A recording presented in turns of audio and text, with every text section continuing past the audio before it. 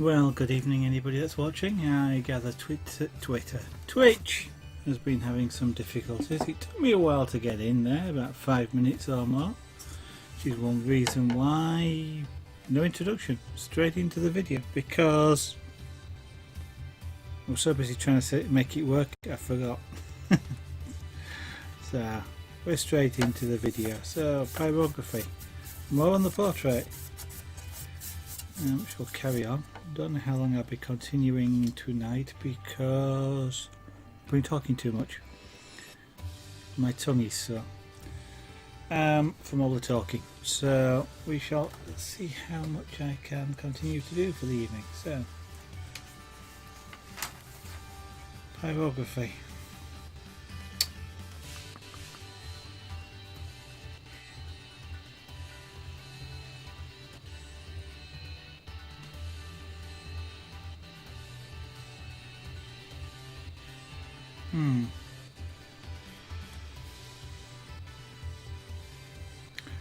Okay, well, let's do some work around the cheeks and work up the face.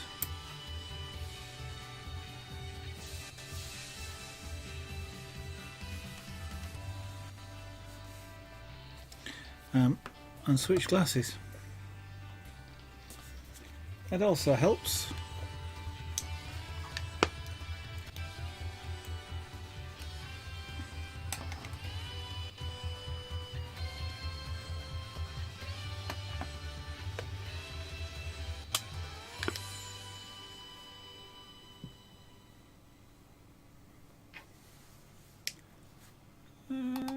Yeah.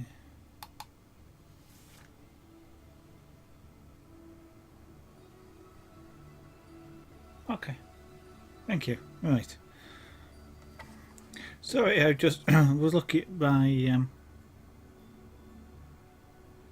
page and going, that looks really weird. That's because I wasn't on my normal page.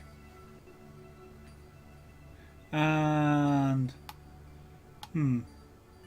what on earth is that?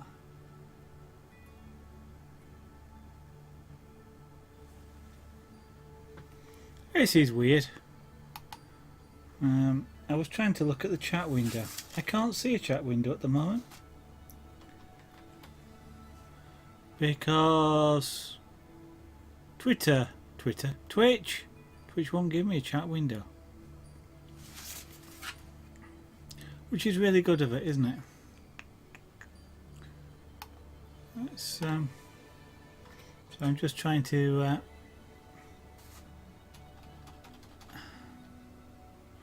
okay.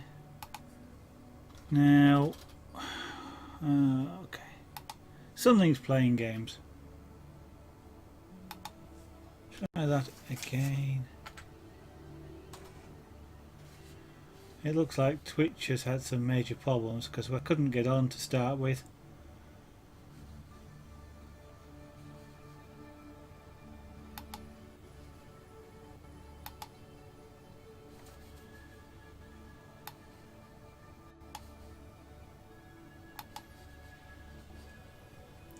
Okay, I won't pop out the chat window then.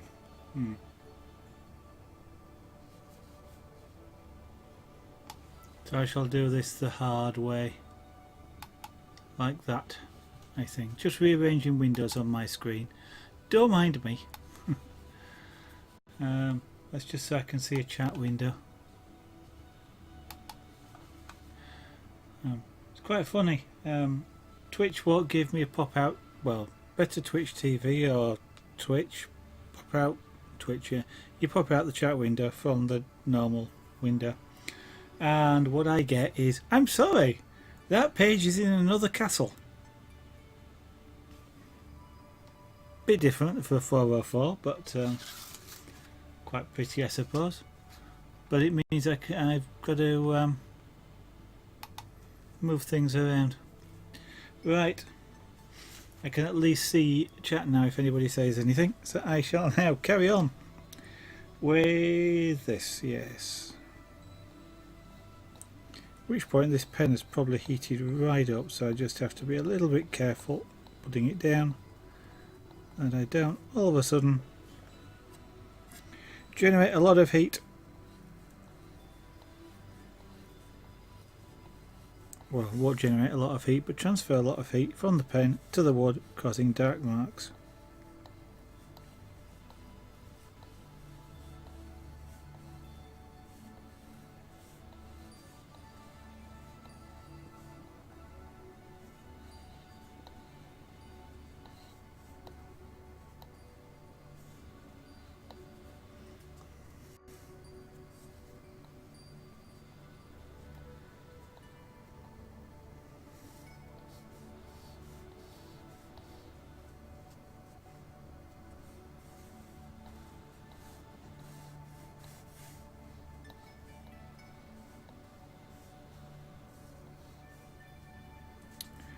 Now then, very shortly just around here I need to erase that guideline that's there. So I shall do that now.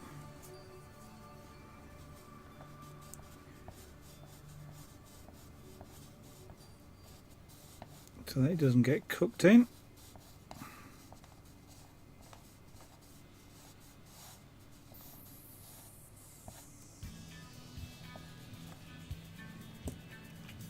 Clavybug, good evening, welcome to the studio this evening. How are you doing? How's things going at your end?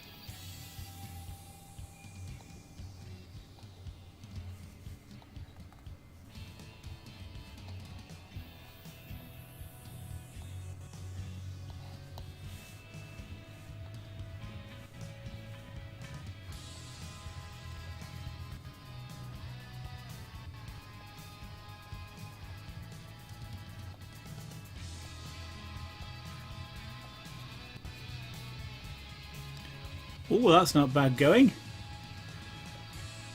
You see, you're on your way.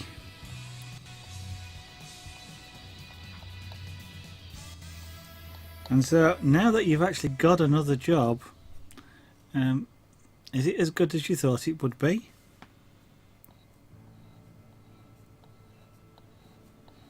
There's kind of a difference between doing something as a job and doing something as a hobby. So I just wondered how you're getting on. I may well end up being in a similar boat shortly, so I'm interested.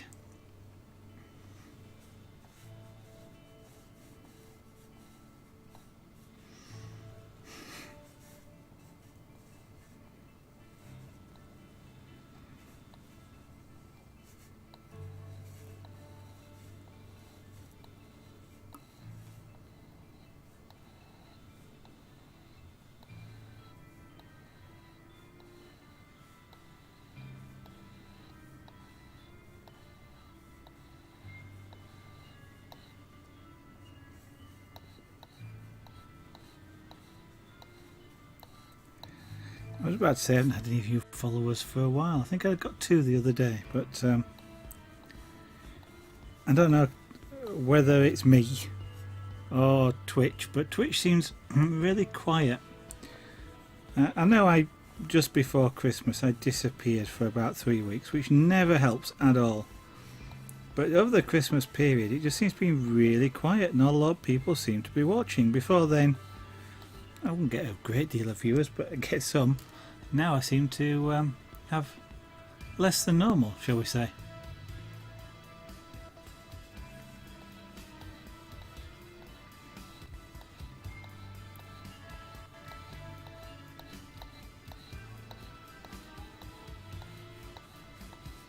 So I'm pretending that's down to the fact it's just after Christmas, it's the New Year.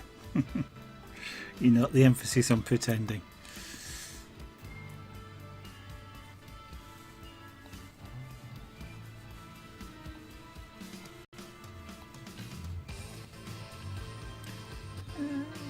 Okay.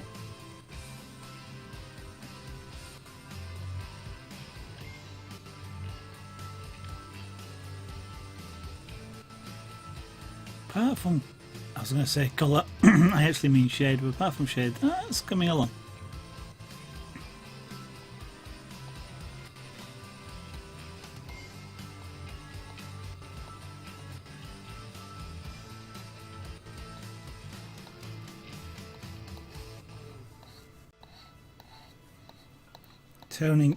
Turning down the well, this area is uncoloured, so I'm turning it down a little bit here,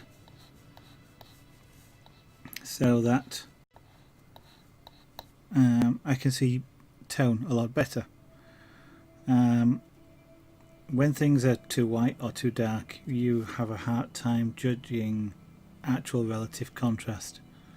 So I'm doing some work on it, as you can see, and this will actually look better when I get some of that hair in, or at least the face doesn't look like it's got a Mekon forehead. And then there's an old reference for you. Well, I suppose I was about to say, I wonder how many people know who the Mekon is. It's a bit old even for me, but there again, I think that is still around in some areas. Here's the Mekon.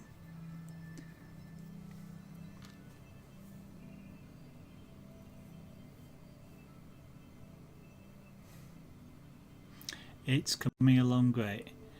That referring to your job, Claire, or is it referring to my picture? Oh dear. Twitch and the long delays makes some conversations quite interesting. Okay, so let's apply some more shading down this side of the face, push it back a little bit, and I'll get rid of the pencil line that's there. Actually, it's not a pencil line, but I'll get rid of the guideline that's there before it's too late.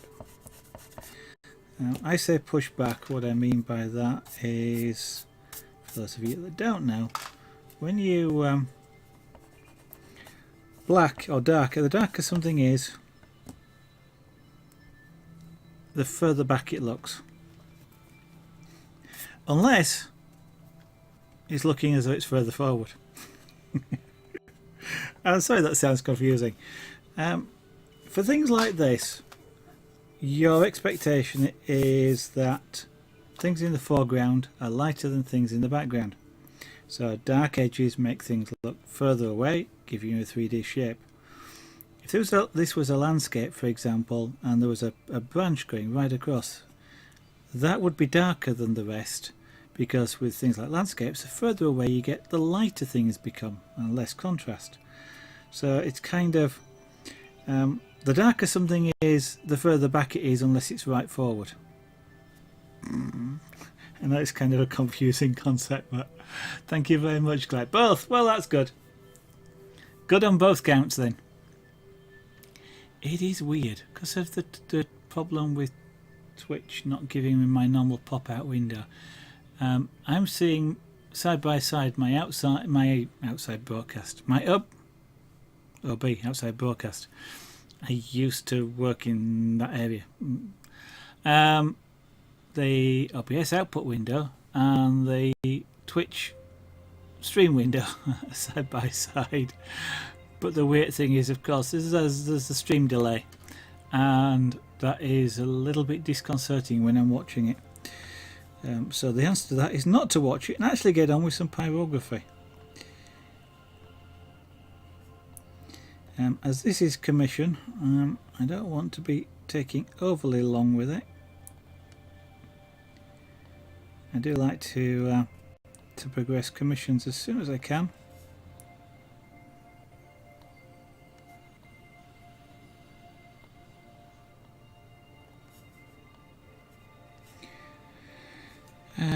that dark area, that's dark like that, and it, yeah, okay, I just follow that around there.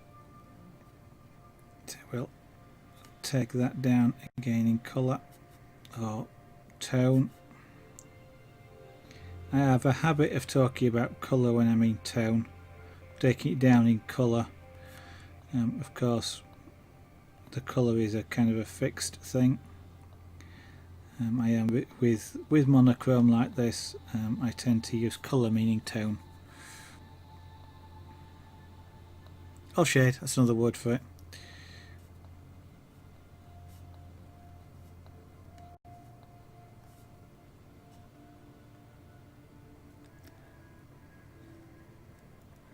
You have to remember that rings are very dumb things. Except when they're intelligent. Yeah, there's another oxymoron for you. Yeah, they're but they do troll you. They do troll you quite a bit. But they are dumb things. So what's your problem with them, Claire, then?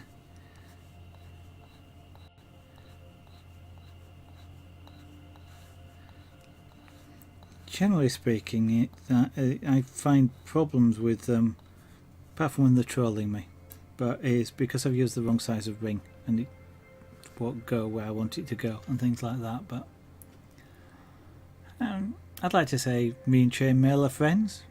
I like doing it. I wish I was faster, but I like doing it.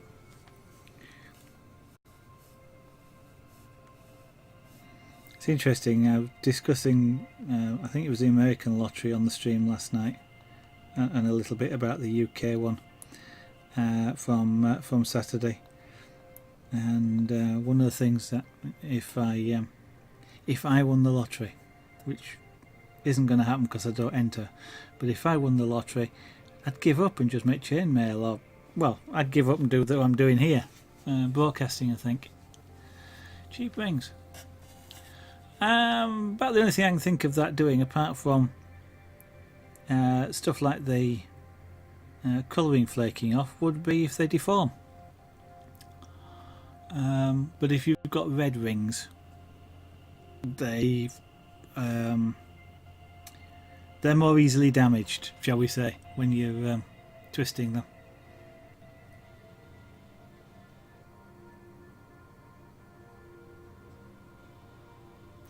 Now that's interesting, because with box chain, and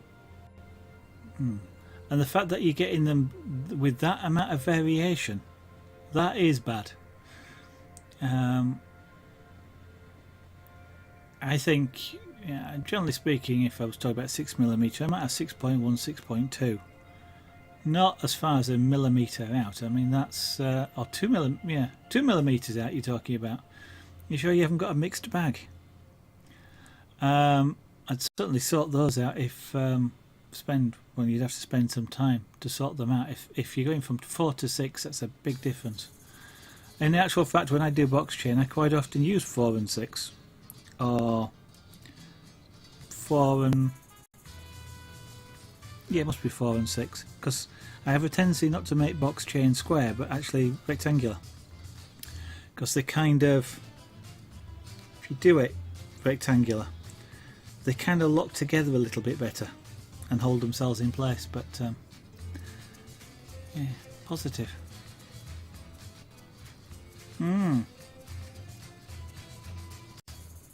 That is really bad with that amount of variation.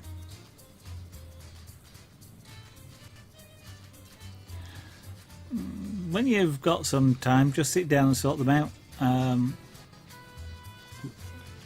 You've spent money on them. If you can make use of them, the better. If nothing else, you can use them as practice rather than throw them out. If you can sort them into sort of approximate sizes, you can use them to practice bits of chain and things like that. Oh, I did gather that's what you meant. Actually, you did spell it right. Retailer for them. Okay, yeah, no, I gathered what you meant, Claire.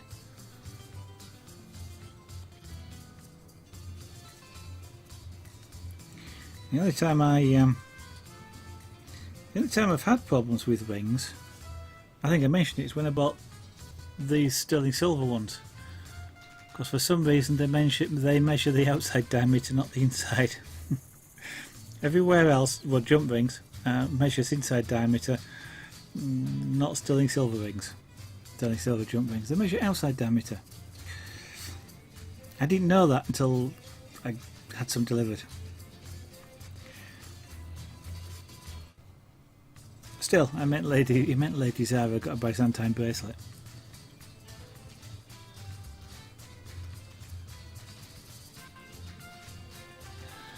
Ah, the overlap on them up here.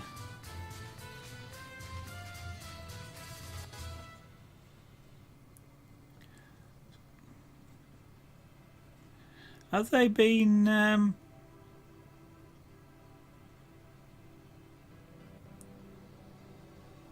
become oval? Where was?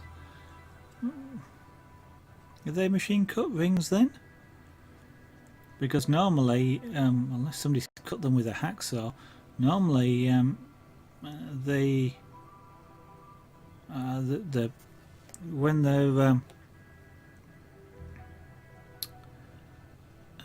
when the saw cut rings, they're either cut with a jeweler's saw or with a jeweler's disc, basically.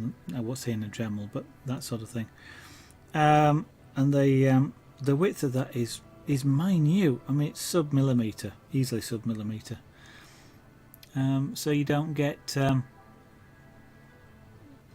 know, the amount of material that vanishes, if you like, in the saw cut is so tiny. I mean, even I'm just looking at some in front of me.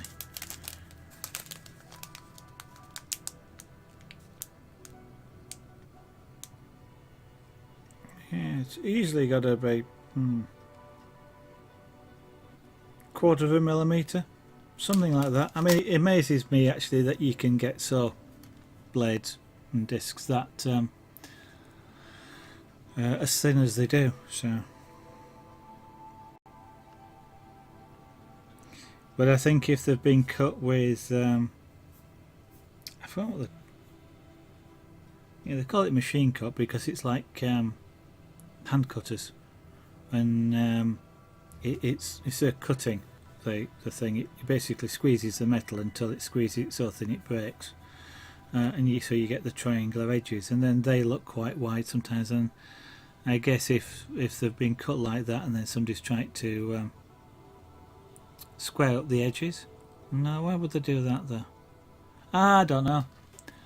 It does seem a little odd that you're closing them up causes them to become oval.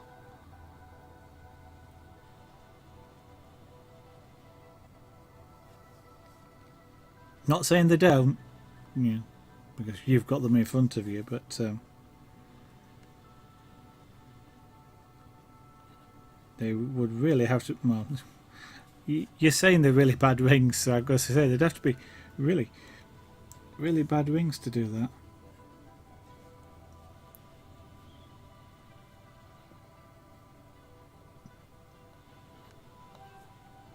Which is precisely what you were saying to me. They're really bad rings. Okay. So and then I've got another layer of what's effectively muscle or shading across there.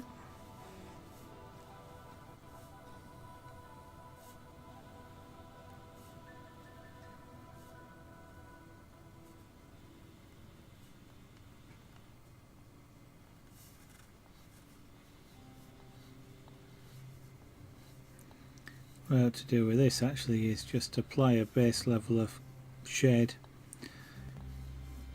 across the whole face, but what I should do and what I'm going to do, two entirely different things.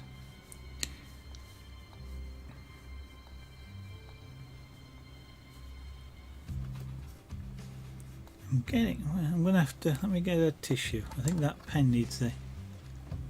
Okay.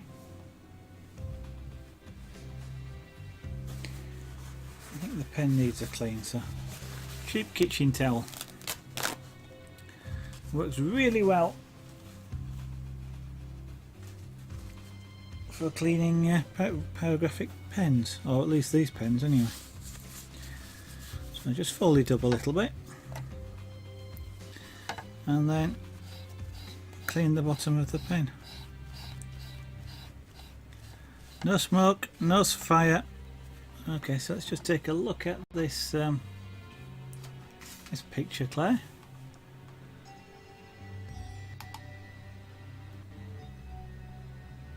Ah, they're machine cut. That's a machine cut ring. Interesting nail art.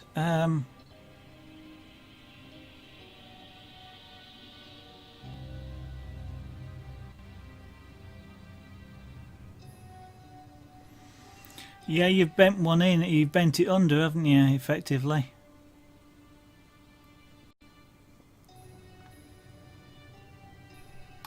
Okay. Looking at that from what I see of the image, that you mean that's how you buy them, or that's how they fold when you close them? Looking at them, they look like machine cut rings. So the gap, you'll never close the gap up with a machine cut ring because it's triangular.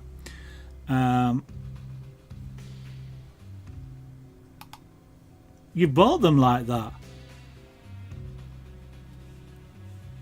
Ugh.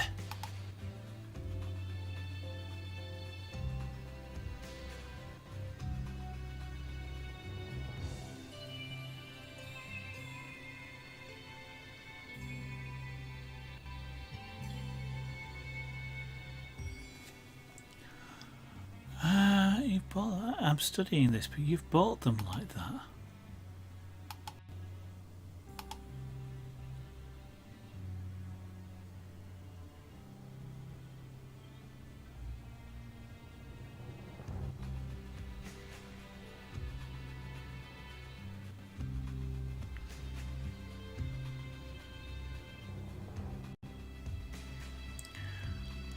Well, one thing I would say is you're never going to get those circular.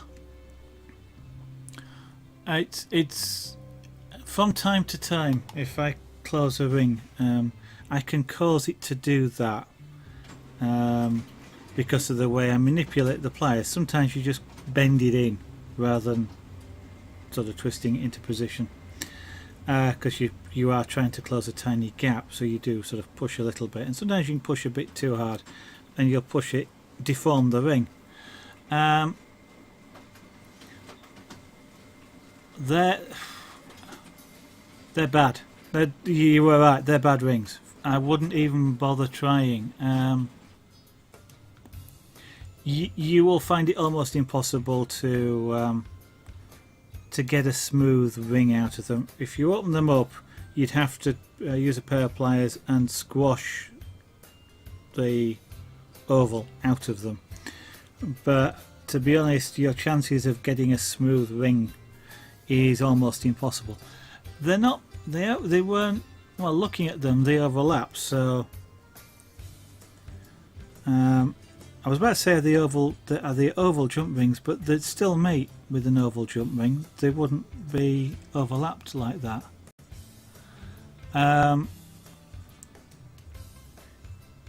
You know, once you've got an oval, he says, I'm trying to see what I'm doing on my screen. I'm looking at the wrong thing.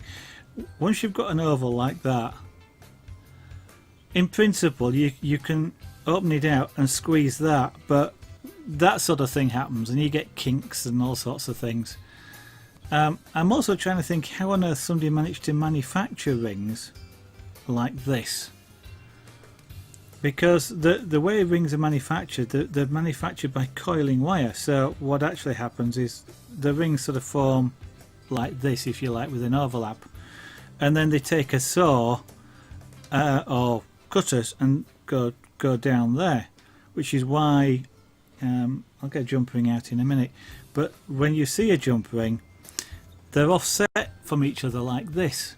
So you've got the gap because that's where one coil of the, or one bit of the coil would meet the second bit carrying on from it.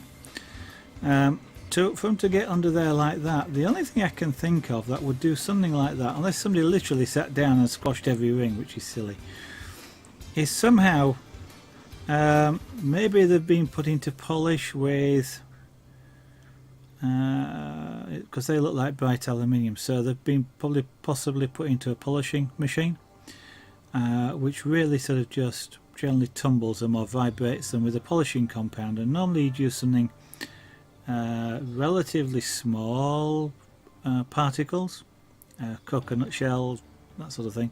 If they've used things like steel balls, then there may have been enough force to collapse the rings, but I can't understand it.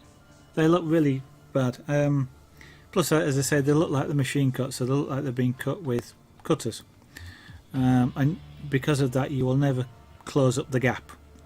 There'll always be a V-shaped gap on either side anyway. The machine cut ones, both, say the saw cut ones, the two sides are parallel, so although when you have removed a little bit of material from the circular ring, so technically speaking when you close them up, it's not quite circular, but it's really hard pressed to tell any difference. I mean, on my fingers the equivalent distance is about that. So if you imagine my fingers were perfectly circular there, that little bit of difference doesn't make much to it being circular. So that's what it should be like.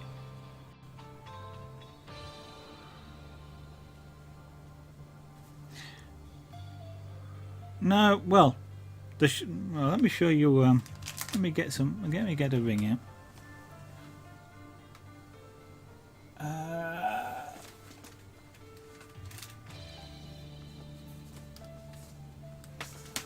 Sorry folks, I will continue with the pyrography in a moment. Let me do this the easy way and get a big ring out.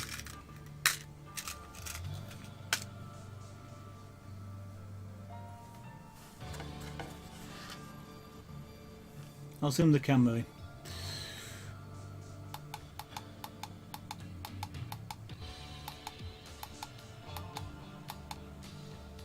Come on then, camera, focus. So this is, I don't know what this is. What's the size of this ring? I think this is probably 1/4 inch. Half inch. Yeah. 3/8, something like that. Just under half an inch. So you can see that they are offset from each other, the two sides, because as a coil that's how they go together, which is how they're manufactured, literally as a coil like this. He says, trying to line them all up again.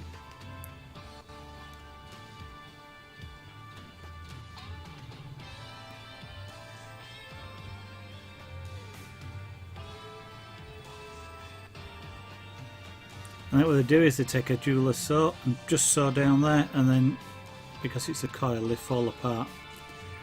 He says, trying to get them to fall apart like that. And then there's it only takes a very slight pressure, and I've just done it just to close up the gap. He says, trying to get it to show on camera. Let me kill the autofocus. Turn off autofocus, thank you. Can I get it to just about? Yeah, I mean it's a very small amount, but of course the main thing is just twisting them into place, which I won't actually do with this one. But if you look straight down, you can see the straight faces. So you've got another picture. Okay.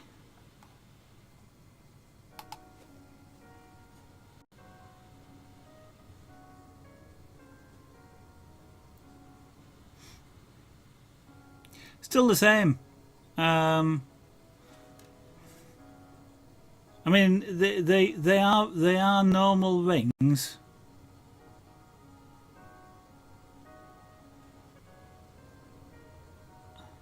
Oh.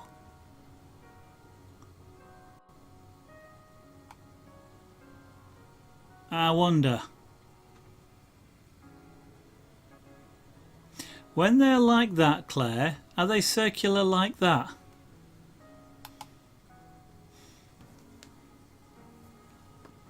Yeah, I see what you mean now. It's almost impossible for... Well, I know it's not almost impossible. If they're made by a machine, they could be made with an overlap like that. As you've got them there with the overlap, is it circular with the overlap? He says probably, yeah. So with the overlap, is it circular like that, and then you have to bend it out to make to align them, and therefore it's no longer circular once you've joined the two ends together? Yeah, they're perfectly circular. What you've probably got is not actual jump rings, or it's probably a variant on a split ring.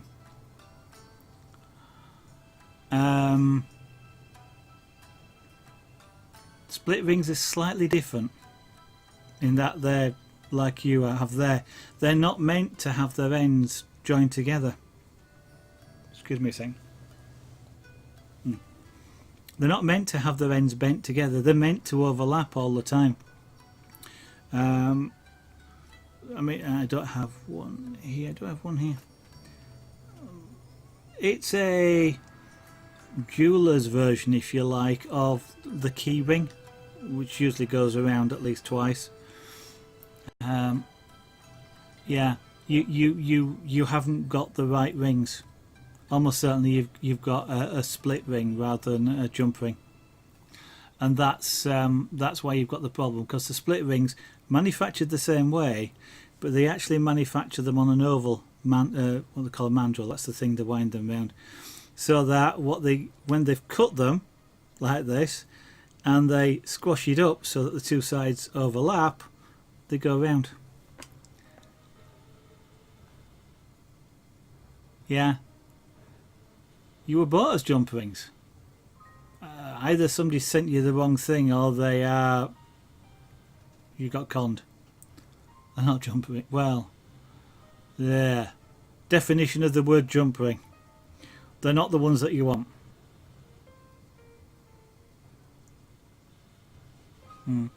They look with them overlapping and being round. They look highly what I would describe as a split ring. As I say, you do get split rings that sort of go either one or almost two coils, or 1.5 coils. The jeweler's split rings tend to not overlap quite so much. Yeah, you can make jewellery out of split rings. You just can't do the similar thing. They make quite nice chains. They're sometimes what you'll do with things like that is, if you've got a stone, for example, you can prize them apart just the same, and work with it. But yeah, they're no, not for the not very easily for chainmail. You need ones that look like that.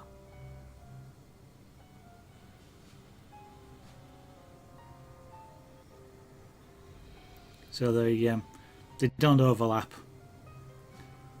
each other. They line up like that. I'm trying to think what you might use them for.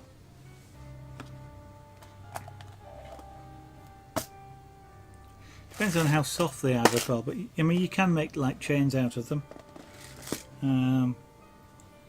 Because they're easy, obviously, just to slip two together, but they're not as fantastically secure for that reason, because they do slip apart. Let me zoom my camera back out before I forget.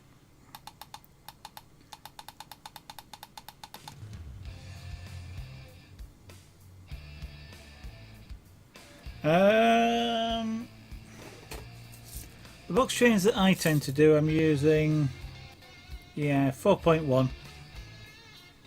So 18 gauge 4.1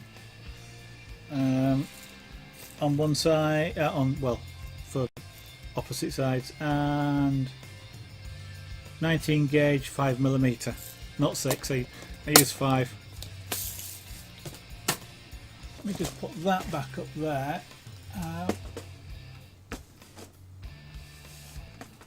Let's see if I've got the. That's what the on Etsy the Smarties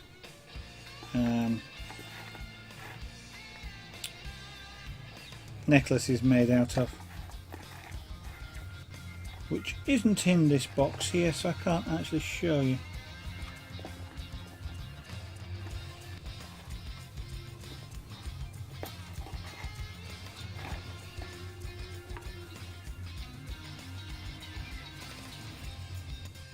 No, I've got plenty of Byzantine chains in there.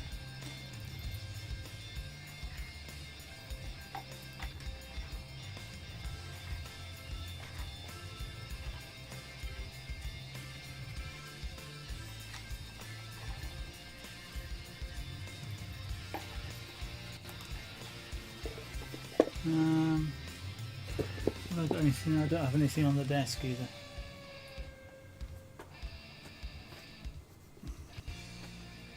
I'd have to go looking, but just the way those two go together, they sort of catch, which helps retain the mesh. There's not a lot in it, but they make a nice thing. I mean, the box thing just obviously refers to it being square or regular four-side, square, rectangular, mathematics. Anyway, what was I doing? I was applying shading.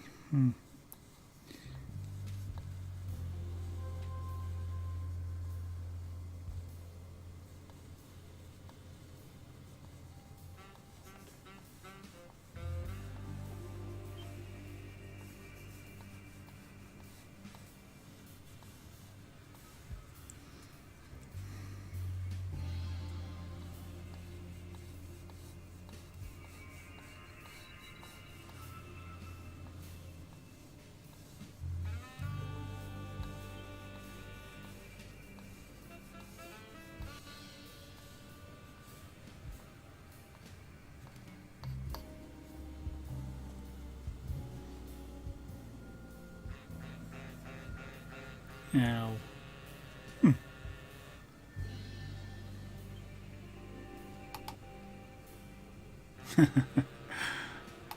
okay, that was a little bit of fanciful thinking there. I was, as you possibly just saw, I don't know. I just saw the Twitch. I'm watching the Twitch playback, so that I've got the chat window next to it, and I just saw it go blank and then come back on, and I thought, I haven't got transcode. There's no way I've got transcode. And I haven't. But when a stream switches to transcode, it goes black for a little while it kicks in. Yeah, it's fun. Right. Yeah, maybe one of these days I'll get transcode, you know. It probably means there'd be nobody else broadcasting at all for that to happen, but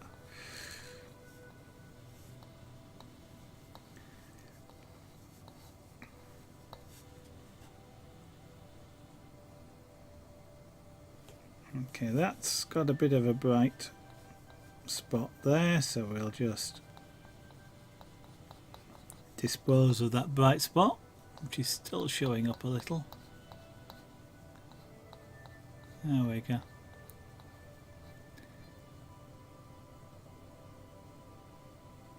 Ah, it's okay. It's not a problem.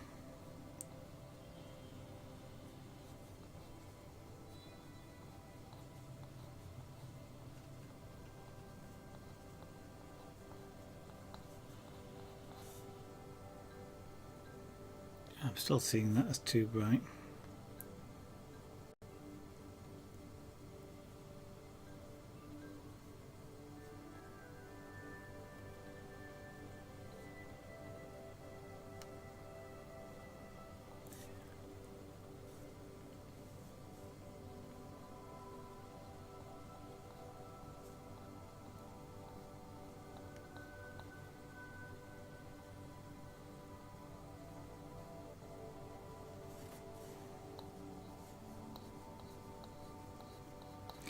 kind of dotting around the face a little bit here, but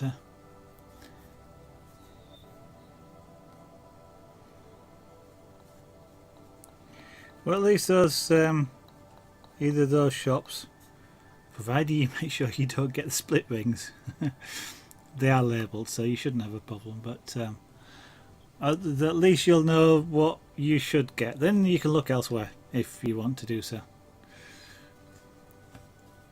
Because then you've got the experience of knowing what you're looking for and what have you.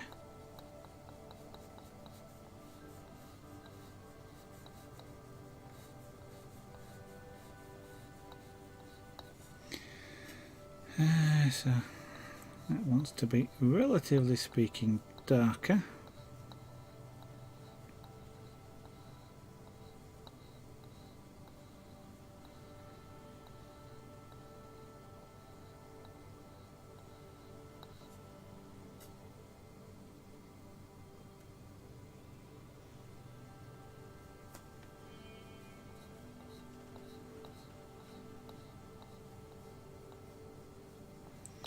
So anybody new that's watching, and you'll see me staring in front of me at times when I'm doing this.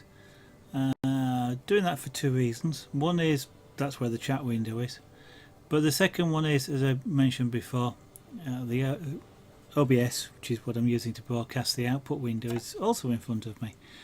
But one of the things that it's very good at, or very good for me as an artist, is the camera gives me a view which is the same as holding this at arm's length, because here I'm really close to it, 6 to 8 inches distance, and essentially I'm too close to see some of the picture as a whole. Whereas if I look in the outside broadcast in the OBS window, I can see it as though I'm holding it at arm's length, and I get a different overall view. And also I can use it a bit like a graphics tablet, in that I can look up and do work down here as well. So if you're wondering, because of course you can see me, what I'm looking at, that's what I'm looking at. So the work is actually down here on this camera, it's down there like that, but I'm still looking at it.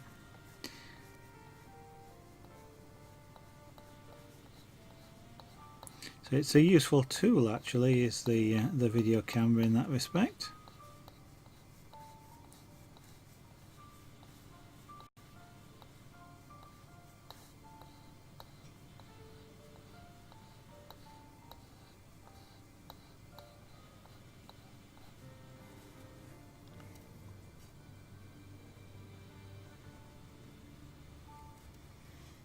Okay, the face is still a lot too light, but certainly around the cheeks here and above.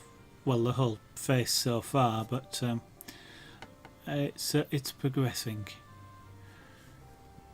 What I have a tendency to do is work out all my relative shades. So like this area here is slightly in shadow, it's slightly darker than here or here, or even just across here. So I'll work out that till it is slightly darker, and I'll do that over a large area, and then I'll go, the whole thing is just a bit too light, because I did it that way on purpose. So I'll then just add a level of shading, the same level of shading all the way across that area, and the whole thing just goes down but still maintains the relative colour positioning of the two shades as you just darken them down. And that way it's a lot easier to do at that point, rather than set one and then trying to get the others just right around it. It's a bit hard for me anyway.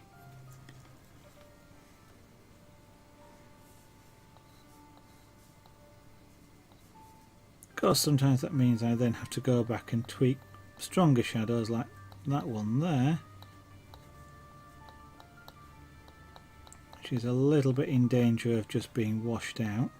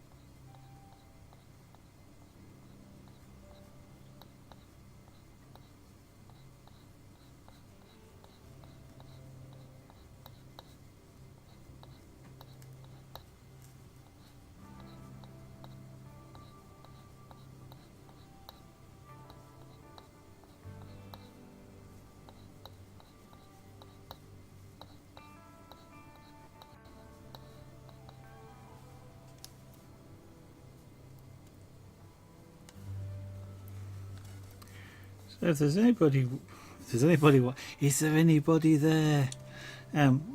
Anybody that's watching that has any particular questions, you are welcome to ask them, whether it be about pyrography, which is what you're watching done here, whether it be about chainmail, which we were talking about earlier, whether it is about carving or relief carving, and you'll see some images of that pop up from time to time, punchcraft, or scraperboard, all of which are crafts that have been done on stream, and you will see pictures of those in the left hand side. You'll see more pictures of jewellery because they're quicker to do than an image like this, which will take 30 hours, give or take some, whereas a bracelet takes an hour, so there is more chance to make more bracelets, so you'll see more of them there.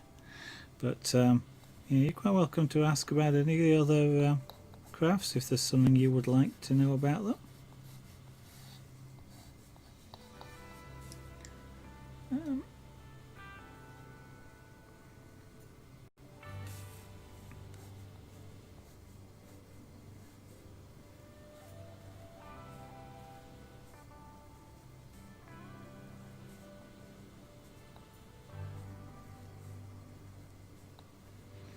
I'm talking about those images on the left hand side, as well as just showing off the sort of things that is done on the stream. The jewellery in particular is available to be purchased if you are interested in any of those items. The largest collection is available on the Etsy store there, zargonart.etsy.com. There's about 2, I think, available on zargonart.com. I just have not had the opportunity yet to fully populate that particular shop. All made to order, so it's they're not held in stock or anything like that. I do actually make them as they're ordered, and then they're sent out to you. But if you really want one or two that really want one that's already made, there is I think there's 3, I think, available on eBay to buy, and they're available to send out straight away. And what I will do is, because I've now been reminded of it, I will just give Moobot a kick to drop the URLs in there. And of course, yeah, that reminds me, Moobot, I must tell you about my website. The website the website mainly though is I'm gonna do more work to it, but it has things a little bit more about the images that have been done on pyrography and things like that. So there's a longer description of some of the images and why they were done and how they were done, which might interest you if you're interested in any of the say the crafts that are being done.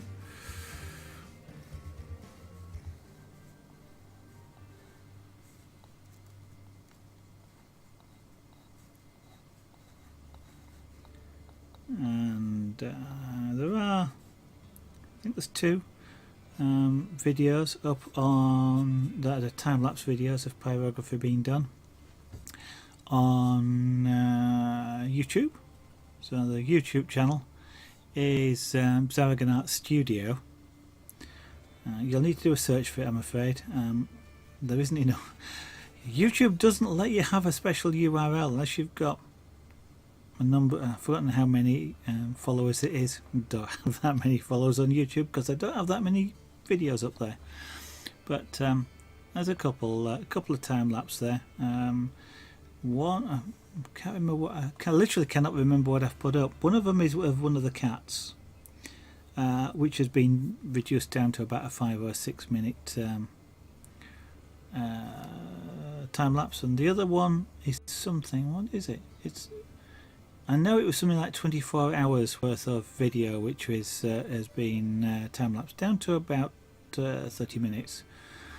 So that's quite a compression ratio. So, but it's quite good fun. I can't remember what it is. It's quite good fun for me to watch it because you see me work at really high speed. So you see something. This one will look the same. You'll see sort of the black just grow, just like, you know, sort of at this speed, and you know, it's. I kind of wish I could do that in real life, but you'll see that, and that's all done. In actual practice, this took something like 2 hours to do the outside. So it's going to be. It's interesting to watch back when you see things done like that, as long as you realise it is time lapse and it actually does take longer than that in real life. And a lot of people don't, but for me as an artist, I sort of can see the sequence in which I work and how I do things. With time lapse, which is an interesting thing to see, because if I watch back a normal recording, I don't really see what I'm doing. I know that sounds daft, but I tend to see things. As an overall picture, but in shapes, and it's almost an oxymoron as well. As sort of two diametrically opposite things. I see things as a shape, but as a picture. So when I'm looking at myself played back, I don't see the overall image. I'm seeing the little bit I'm doing. I'm concentrating on the shapes, and I do that even when I watch myself back. So I don't see how the whole picture is progressing. But with the time lapse, I can't see the detail that I'm working. I have to look at the whole image, and it's interesting to see how I build up the image and how often I go back and overwork places and things like that, which I just wouldn't see if I'd seen it in real time. And I have a tendency looking at it to go over different bits of the picture. It's not necessarily a bad trait, isn't that? It's quite a good one, because you can get blind to how something looks because you spent so long looking at an area. You don't see it as well as you do when you first look at it. You see more details, issues, whatever. The first time you look at something, the more you look at it, your eyes kind of get used to what it's seeing, and it stops seeing the things that are wrong. So rather like there's a relatively famous sort of thing where if you can write a sentence in whatever language you like, I know this works for English, provided the first and last letter of the word is correct, you can put gibberish in the middle of the word. I think it has to have the same number of characters, but you can put gibberish in there and people can read it and not actually see there's anything wrong with the sentence, even though it's completely spelt wrong. And it's sort of like that sometimes when you're staring at a small part of the image. So dotting around gives you a fresh perspective. Digital artists, if you watch one of them work, often will flip the image upside down or left to right to do exactly the same thing, give you a fresh perspective on things. Nakamuri, good evening, Merry Christmas. Bit late, unless that's for 2016, in which case bit early, but you're welcome. Good evening, welcome back.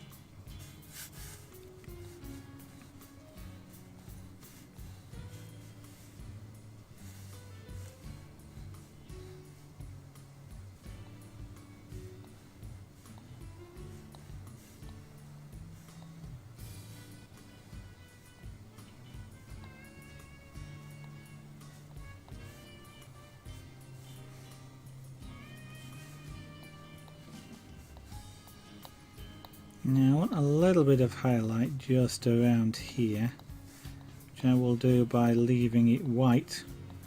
And I'm lucky that I can hardly see a difference between this area and this area. I can, but it's you know, very marginal to me here, and yet when I look at it on screen, it's quite noticeable, which is interesting at times. So the camera does show me a different perspective, which is really useful.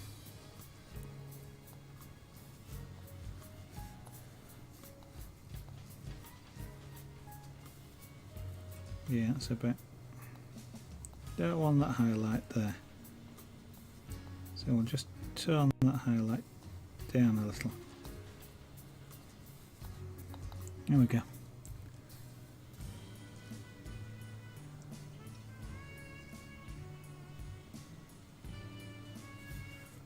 So that's a little bit of a sharp transition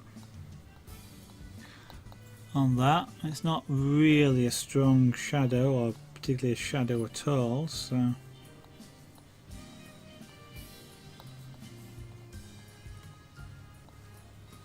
we'll just smooth it out a little bit and just darken around, create a graded transition.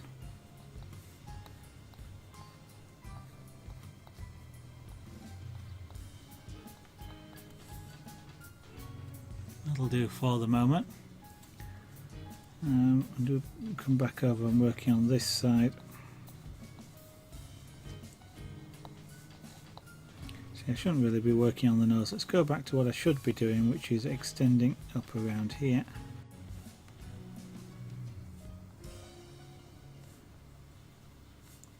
Add more to the face shape.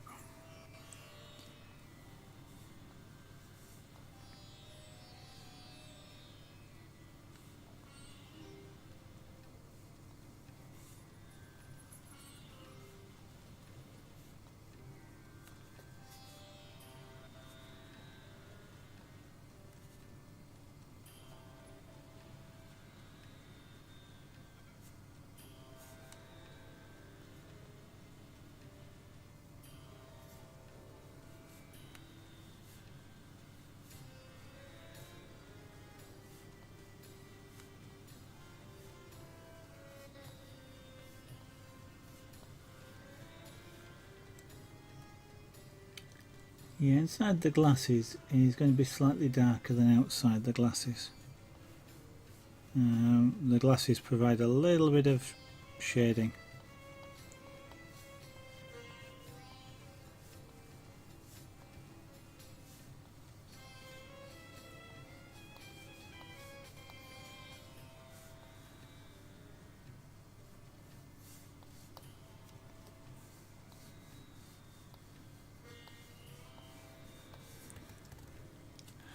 The cheek is really too light. What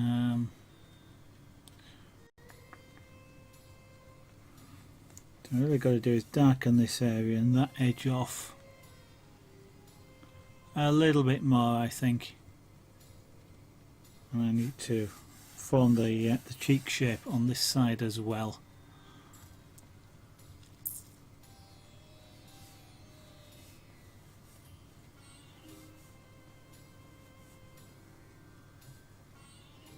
So we'll go for about that sort of colour, or darkness, shade, tone, all sorts of words for the same thing. Technically I can use colour, I'm really talking about monochrome images here, but they, with it being brown, they are different, technically different colours. So even though this is kind of a black and white image that isn't black and white. In fact, it's a lot closer to a black and white image, a black and white photograph, an old one. Pyrography always reminds me of that, a sepia tone print, basically old photographs, because of the chemical makeup over time. Black and white became brown and white as the image sort of faded and pyrography always reminds me of that. So it's kind of like purposely creating a sepia print. Of course, these days if you wanted to do that, you just drop it into any image in, well, I say any, but most image editing programs, and say, please can I have it in sepia print. It's only a few years ago, relatively speaking, when a lot of you could see a lot of adverts for doing precisely the reverse. You know, if you like, give us your sepia prints and we'll give you back a black and white. And the sort of the computer artists of the time, or image manipulators at the time, were all into turning sepia prints, restoring images basically.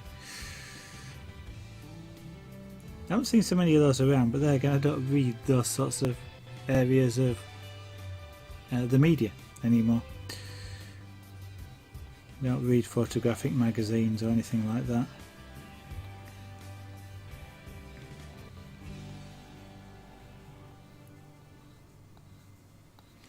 It's been years since I took what a real photograph on real film.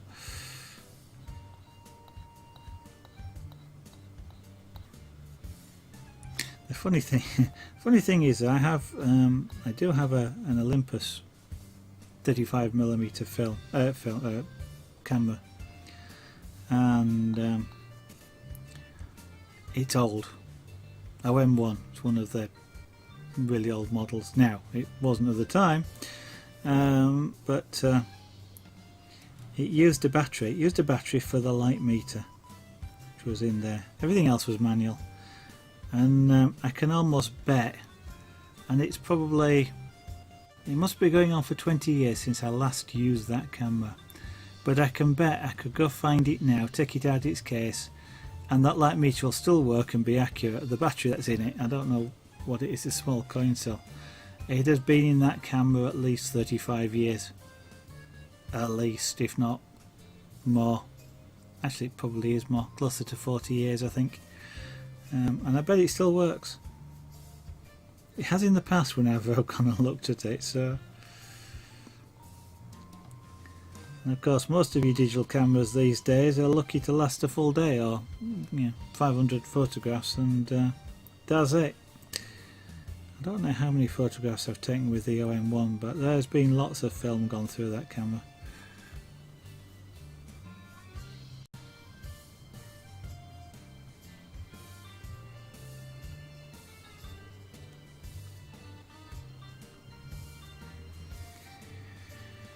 I did used to develop my own photographs, black and white anyway, not colour. Colour was a lot more expensive to develop for yourself.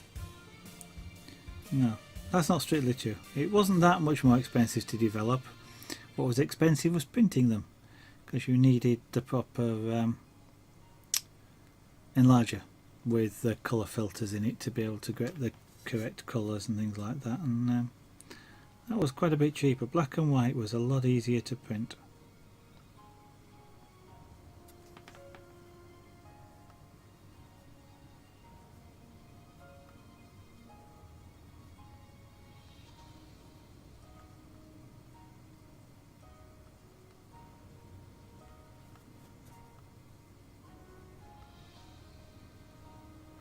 That and the fact that the film was actually physically cheaper, that helped. All these things people these days don't know about. I used to wind my own film. So rather than buy you used to buy film in canisters. 36, well 12, 24, 36 when you're buying 36mm. Relatively pricey. I used to buy 1000 frame reels and wind my own canisters, because I used to develop it and take it myself. I just kept reusing the cans, but yeah, all these things I can remember.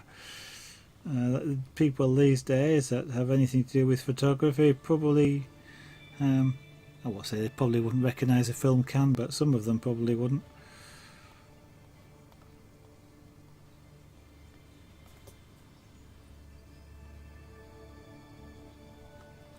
The state of the art has moved on considerably.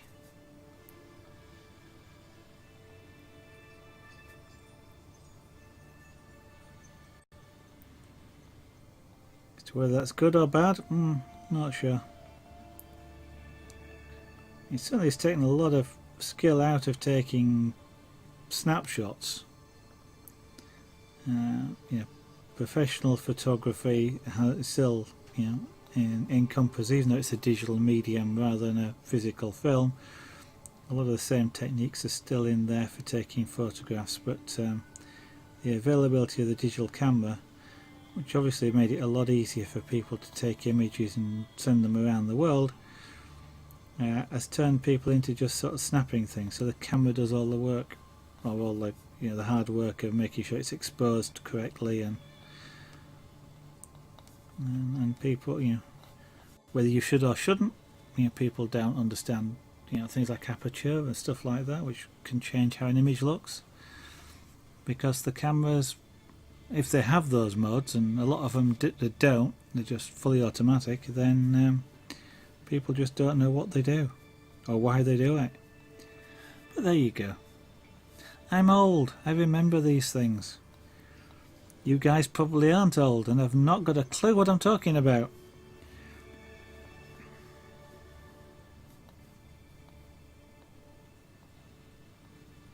Never mind. One of these days you'll be old and be going, back in 2015, I remember.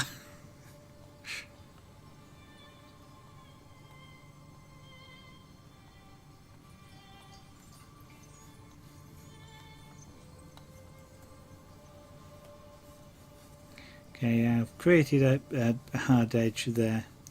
I just need to soften that edge off a little bit. Didn't really, well, I sort of intended to, but didn't really intend to create a hard edge, which is kind of, again, I'm contradicting myself in a way, but I intended to show sort of, if you like, a muscle line, which is about there on me, but that's just turned out to be a little bit too sharp, generally speaking, even on an older face. Whilst you can see that muscle around there, it generally doesn't, it isn't as sharp edged as I've got it here.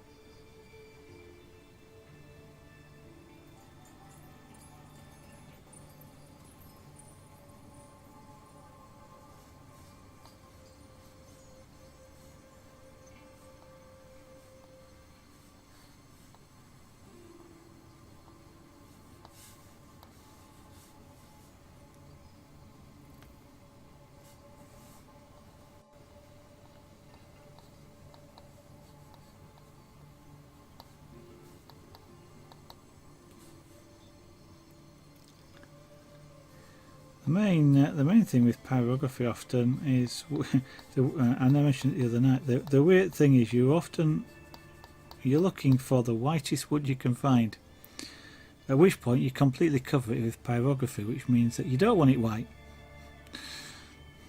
It's like this. There won't be any white wood left, it will all be covered in some form of pyrography when I've finished, but so you might wonder, what's the point in getting white wood in the first place? It just allows you a greater range of tone. So I might, for example, on this wood get 16 shades of brown, black and white. If I was to use something like cardboard, which is really brown, I might only get 8, and that's the difference.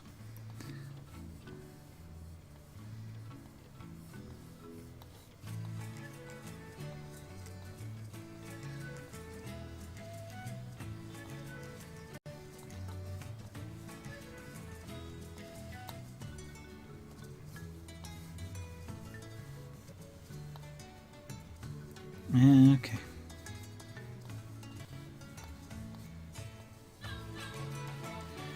So I start talking about stuff I remember from years ago and everybody leaves. Yeah.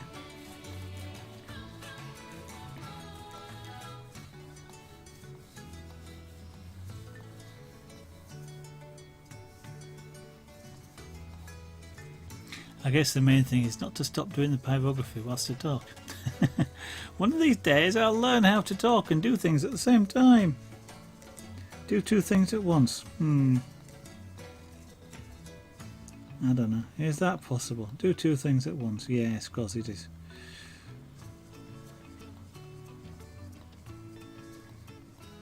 I'm breathing and talking at the same time. Well, no, I'm doing one after the other, I guess, but okay, I'm doing pyrography and breathing at the same time.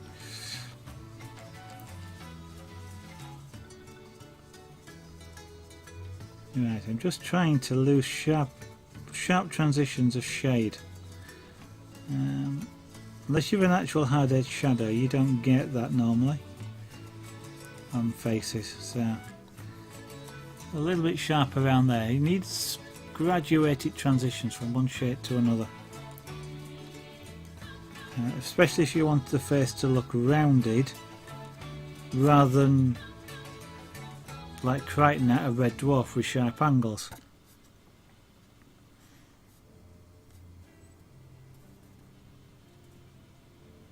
And in actual fact, yeah, the edge of the face is a bit closer, so that I actually need to darken this edge just around here a little bit, because the actual side of the face is here, if you like. That's the, on me, would be here just to the edge of the eye, I suppose, and that bit there is the side of the face. So I need to darken, similar sort of position here on this face, darken this bit so it looks like it's round the side. At the moment it looks like the side of the face is there and it's making the face look too wide.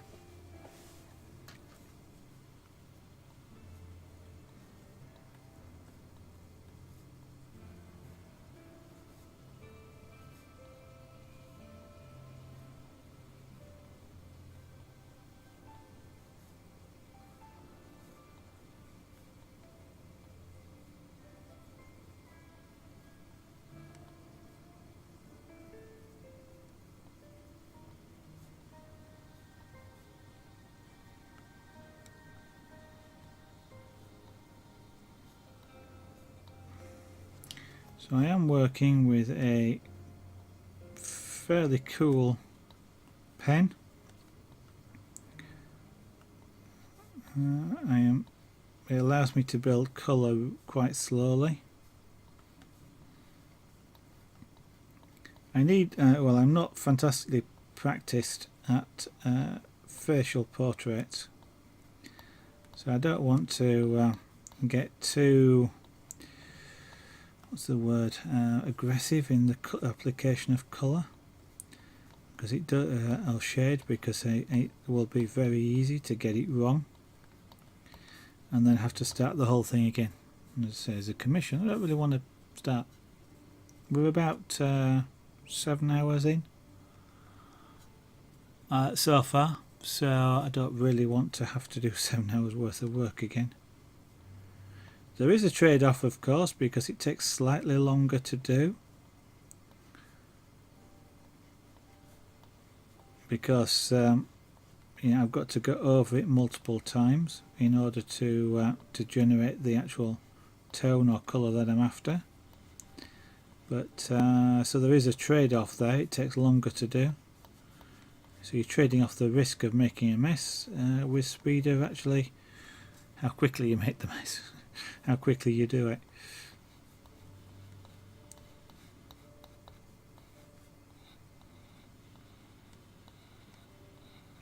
And that trade-off comes with skill, really. Practice. As you get more skilled at using the pens, at understanding the shades that you want, being able to recognise them from a reference picture, then you can turn the heat of the pen up and do things a bit faster. And then it becomes leapfrogging in terms of being able to understand, work faster, know more, and so on. Okay, so that side of the face is coming along. It probably wants darkening down here as well, because effectively that's sort of the edge. Artists often, when they're doing images of people, will use mirrors. If you watch Disney artists and things like that at work, you'll see them pulling faces,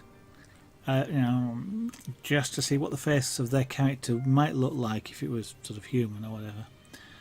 So I'm looking at the sides of the face there and looking at the shadows, because I'm watching this camera looking at me now, not that image, not that camera, but that camera, which is the top left, and just seeing how light falls on my face.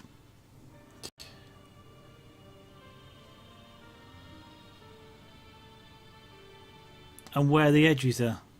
Kind of, that's the main edge of my side of the face jaw, just down there. That highlight you see there, this further back here, is actually down the side of my face. It helps sometimes to do that, to look in a mirror, or in this case a camera output, and then translate that into the image that you're working on.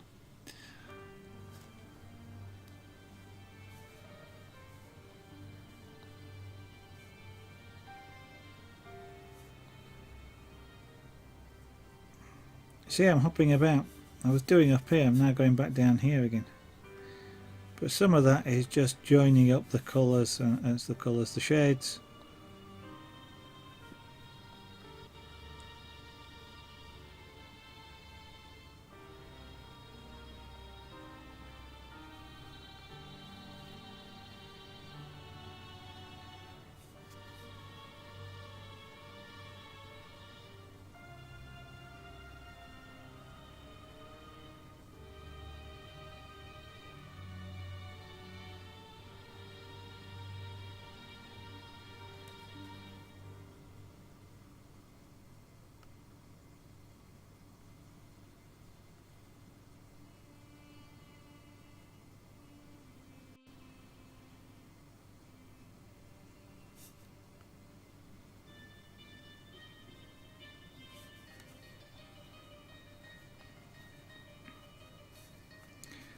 Now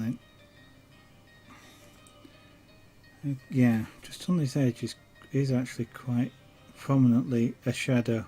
It's almost like a rim light in reverse.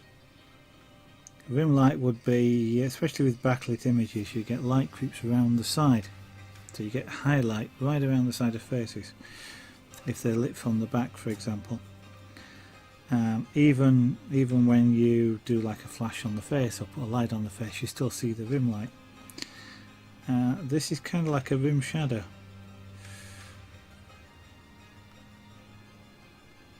And that's because of the the image that I'm using as the reference on this, the one that they would wanted me to interpret, use as, it looks somewhat like this, or copy if you like, but it's not an exact copy, has been taken with a full face flash. So the flash was straight there. Actually, it was probably about there was the center, looking at some of the shadows, and that means the very edges essentially didn't get lit, because with your small cameras the flash is tiny, relatively speaking. It's a little tiny flash. It's usually an LED, and it doesn't get right to the back, and that's why you get the rim shadow effect. Now, if this has been taken with something like a 35mm camera, you probably have been using a flash head, which is a lot wider, and that effect wouldn't be there.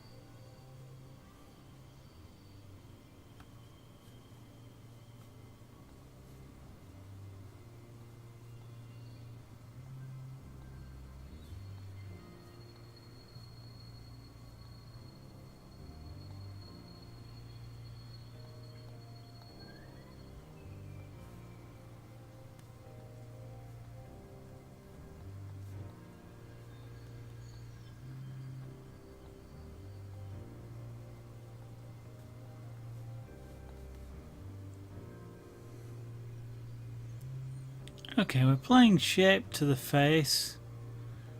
Now it still looks rather flat. We're now starting to apply more shape to it.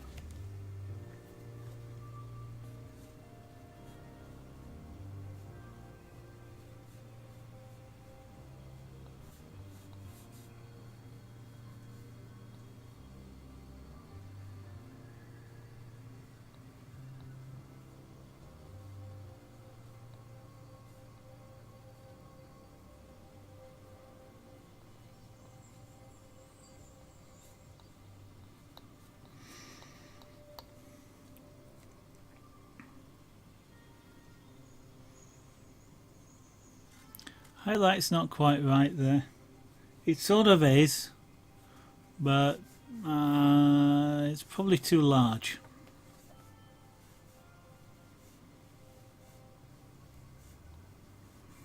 So we'll tone the highlight down.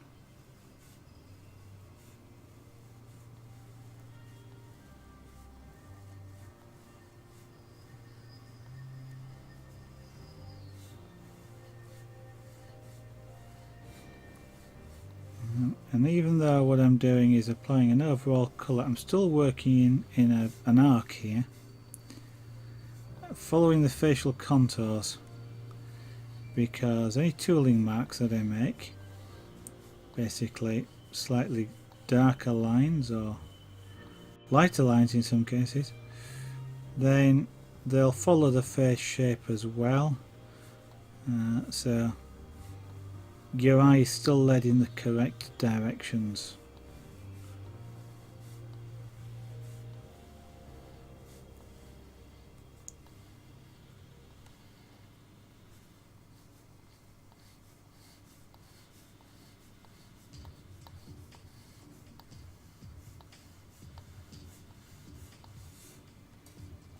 Clever bug.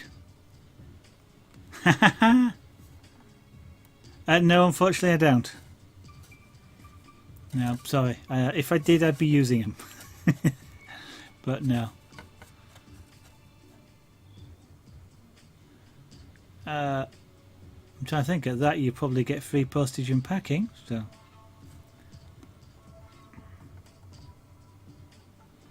it's easy to get carried away. Be a little bit careful when you see all the colours and all the sizes. It's very easy to get carried away. If you end up regularly buying a lot, then give them a ring and ask them. Okay, maybe it's a higher level.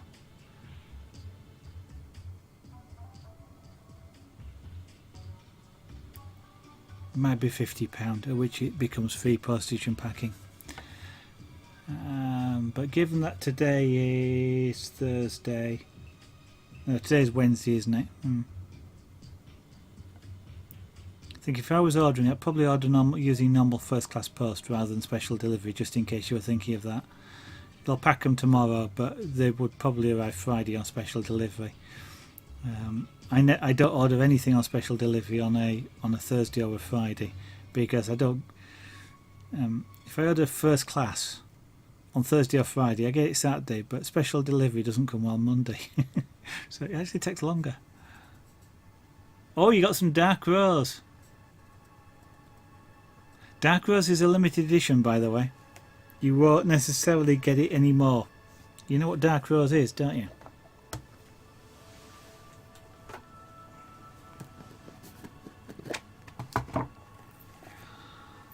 That's dark rose. Amongst the there's purple in there as well, but that's the dark rose colour. It's a limited edition. It's limited because they're not making. It's not a standard colour that they make. But it's a beautiful colour. It really is a nice colour. Is that dark rose? Is the dark rose? I got it as soon as I saw it. I wanted to do it something special with it, which is this. And then I loved it so much. I actually have got enough to make another one of this cuff. I haven't done so yet. I'm waiting for someone to buy one, and then I'll make it. But this is Ladies' Hours, This one isn't going anywhere, but there is one special dragon scale cuff available, relatively unique because they're just colour. This size of ring, for example, isn't available anymore. Yours are slightly different, unless of course they've decided it was so popular that they've decided to make them again. I understand the ones that are available in the shop were surplus to a special order, so I know I expressed to Jeff that I love that colour. I would love to be able to buy some more in this size, so maybe maybe.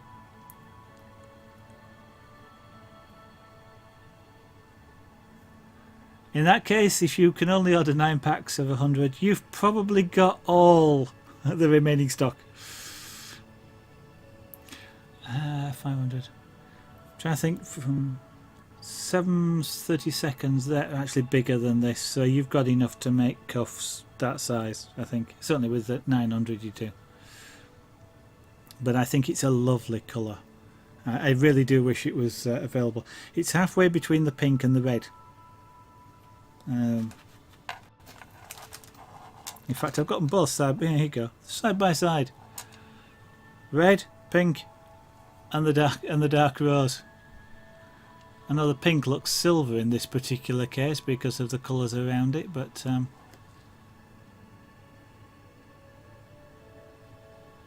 know it's out of focus as well. But there you go. 7:30 second, yeah.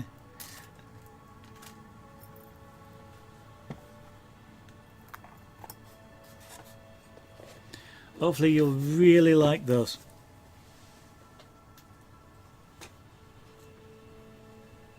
As I say, I'm keeping my stock for a special occasion bracelet.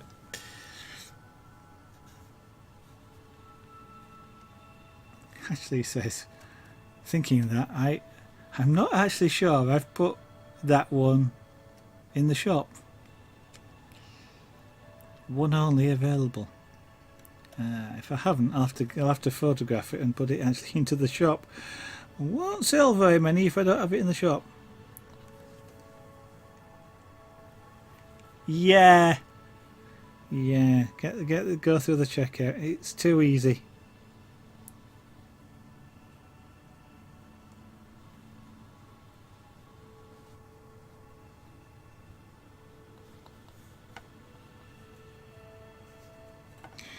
Actually, talking of too easy, it's too easy to carry on because I've just seen what the time is. It's 10:10, so it's actually about time I stopped for tonight. I have to be up early tomorrow.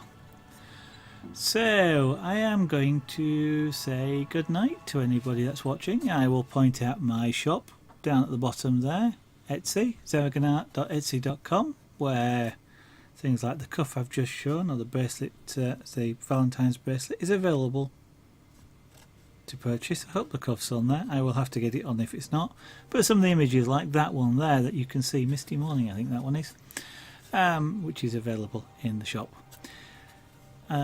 So if you're not following me, I would recommend that you do so. Why wouldn't I recommend that you do so? That's a different question. You'll get notified when I go live, of course, to carry on doing this portrait, and we're doing carving next. I did promise a couple of people last night I'll do some carving next, but that was at least a week away. You can also follow me on Twitter at zeragonart, as it shows there as well. I do tweet when I go live and odd things in between as the fancy takes me, but I'm not a prolific tweeter, so you're not going to get inundated. On the other hand, if you just like to try and catch me tomorrow, hopefully, if I feel like it, I will be on stream tomorrow. Busy day tomorrow. But if I am, I shall be on from about 8 PM UK time, 2000 hours UTC or GMT, or about 2¼ hours ago. If I'm not going to be on, I generally will tweet, so look out for that on Twitter. One reason to follow me, to know not to bother looking for the stream. In the meantime, thanks all. They said, where did it? Oh, thank you very much. That's very kind of you, Claire. Yeah, so thank you all, and hope to see you in the studio again tomorrow or in the future. Bye for now.